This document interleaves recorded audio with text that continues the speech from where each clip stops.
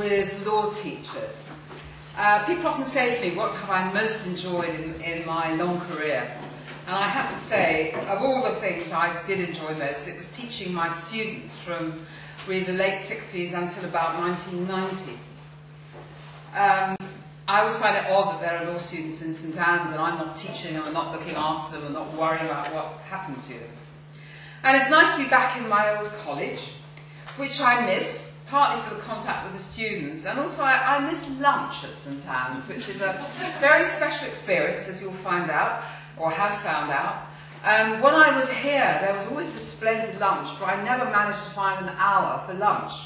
And now that I'm working in Reading, yes, I do have an hour for lunch, but there's no lunch.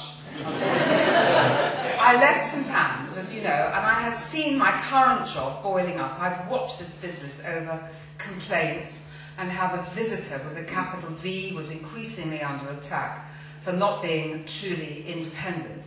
And I knew that something was going to replace it. And I watched this job coming up and I thought, well, yes, this would really interest me. So I joined my current office as the independent adjudicator in the spring of 2004, exactly 4 years ago, when we had nothing but an empty office. In fact, we didn't even have an office. Since then, we have issued 2,000 written decisions on student complaints. Again, I've witnessed a transformation. In my time, we didn't complain 40 years ago, even when, as used to happen, women were sent down for having a man in their room overnight, whereas the men only were sent away for a fortnight. We didn't complain. These days, we'd be off to Strasbourg, but we didn't complain. The word never entered our vocabulary because that education was entirely free, with a generous maintenance grant.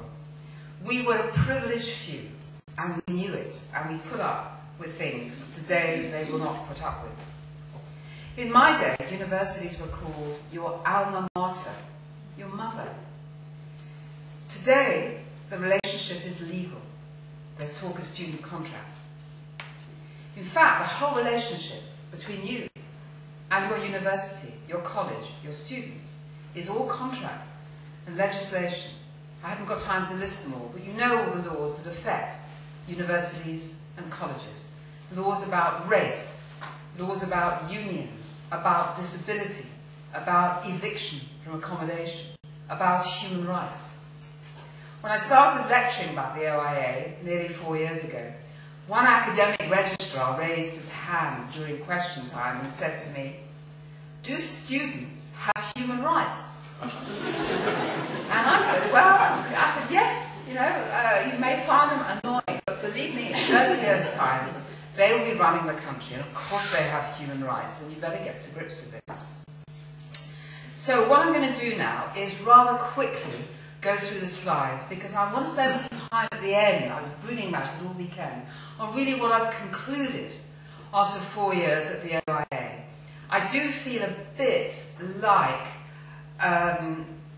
Violetta, Carmen, and some of the others. You know, she's down on stage, she's dead, and yet once again there is a roll of the drum. She props herself up on an elbow and belts out yet another aria before she is finally carried off. I've got to that stage, so I will go through the slides rather quickly.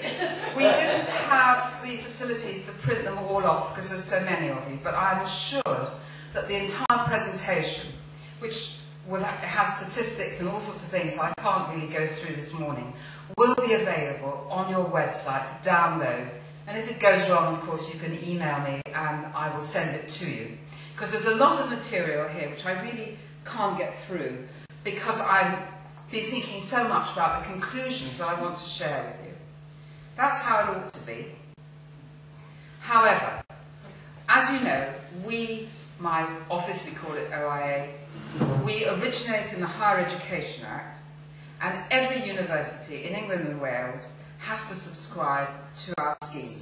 Some of them still seem to think it's optional. It's not. Every student in England and Wales has the right to come to us, having exhausted internal procedures.